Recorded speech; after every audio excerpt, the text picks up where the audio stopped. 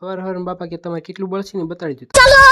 હવાર લાગીને ખાઈ પીને આ લઈ જવાનું તો આપણે ઘરે હતી, કારણ કે હાકું પાવડા હોતા આવી જતા મેથી 5 કેરો હોય તેમાં પાણી વાળવા માટે લાઇટ વાળો ખાવા આટલું વળે એ પહેલાં તો લાઇટ કાઢી મૂકતું.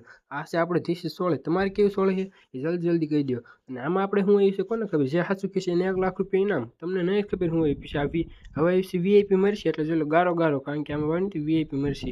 પછી આપણે ફોર બાર કાઢતા હોય એટલે તમને ખબર હોય ક્યાં જવાનું, ના ખબર તો કહી દો કે આપણે જવાનું છે એક વસ્તુ લેવા માટે, ખાસ વસ્તુ. એનું લાઈક છે સબસ્ક્રાઈબ કરી દો.